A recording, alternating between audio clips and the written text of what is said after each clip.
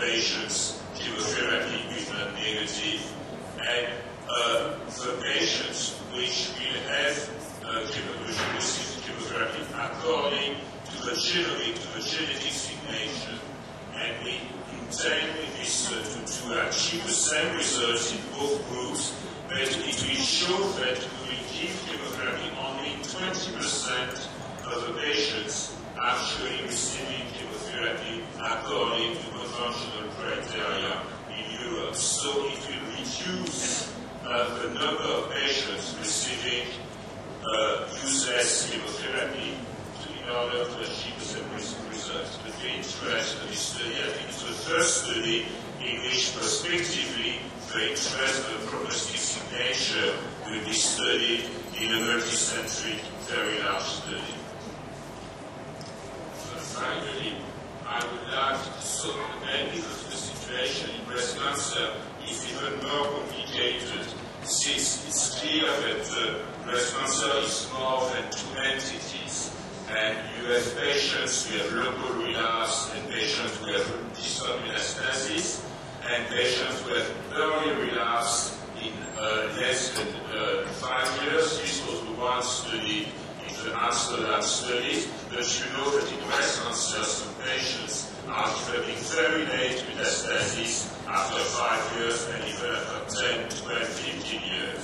And we could compare in France those patients to the two patients with very long follow-up without any treatments, 10 years, and not developing metastasis at 10 years. So by comparing this group and genomics, we could identify a new signature which is allowing to distinguish between patients having early metastasis with set of gene underexpressed and with set of gene overexpressed, and here with the late metastasis group of patients, the reverse image with this set of genes overexpressed and this set of genes underexpressed. So it is another level of heterogeneity, as probably these patients with late metastasis have other types of genetic abnormalities, other targets for treatment, and should be explored as separated entities through a new kind of treatments.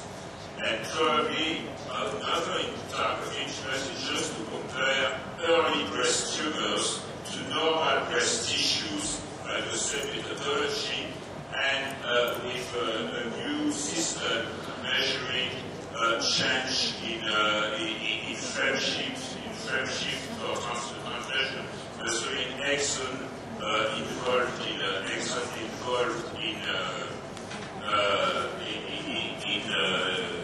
gene expression.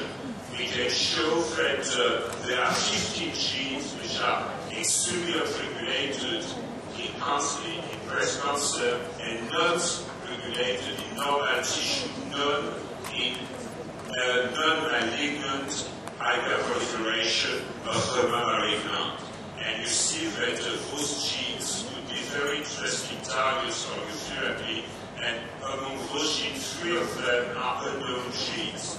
And I think we are interested at the moment to study in more details those genes, and especially those 3 ones, in order to develop new drugs who could be active in chemoprevention to avoid progression to true cancer in patients with hyperproliferation, adrenoblastic disease, or at-risk or genetic cancers.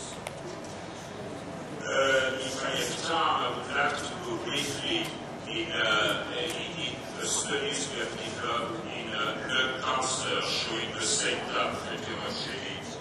The basis for these studies is the GALT trial, which has been published in the New England Journal of Medicine by Thierry Le Chevalier, where he was in our institute. We have showed 187 patients from 148 centers from 33 countries. And it is the first study clearly demonstrating the benefit of adjuvant chemotherapy with platinum-containing regimen after surgery in lung cancer. And you see that it could demonstrate a significant benefit when adding platinum-based chemotherapy after surgery. You have this small benefit after years compared to surgery alone. This is not a great advantage, but when you consider the frequency of the disease, when you consider the absolute number of patients and the severity of recurrence in these patients, it's a great number of lives which should be saved, but and this result has been published in the New England and presented in a plenary session at the ASCO meeting. But also you can think it will oblige a number of patients to receive adjuvant chemotherapy with cisplatin for a very small benefit. And it would be nice if we can predict which are the patients, who are the patients who are going to benefit of this chemotherapy.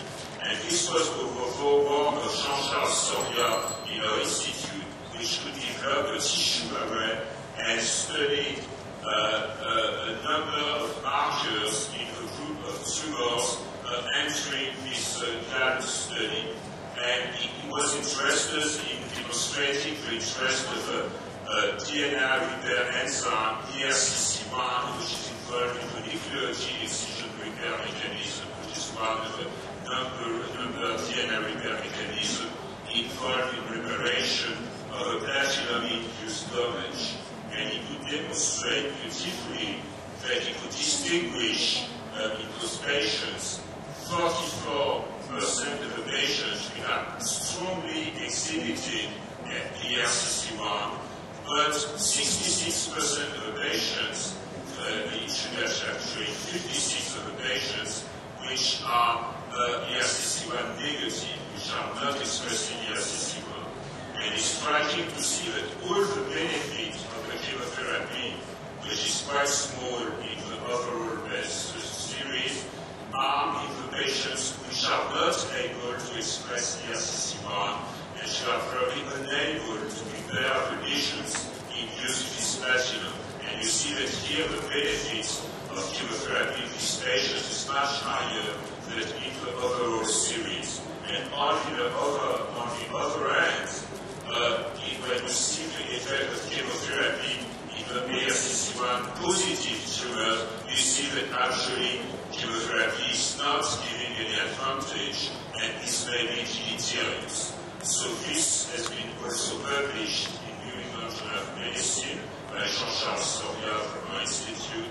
And you see that it was the first example in which you can stratify, according to the expression of biomarker, to allocate chemotherapy only to the patients who have a chance to benefit. It's a small step in the good direction, and we should go very more in depth with this approach in order to allocate the good treatment to the good patients and to go to more individualized treatment.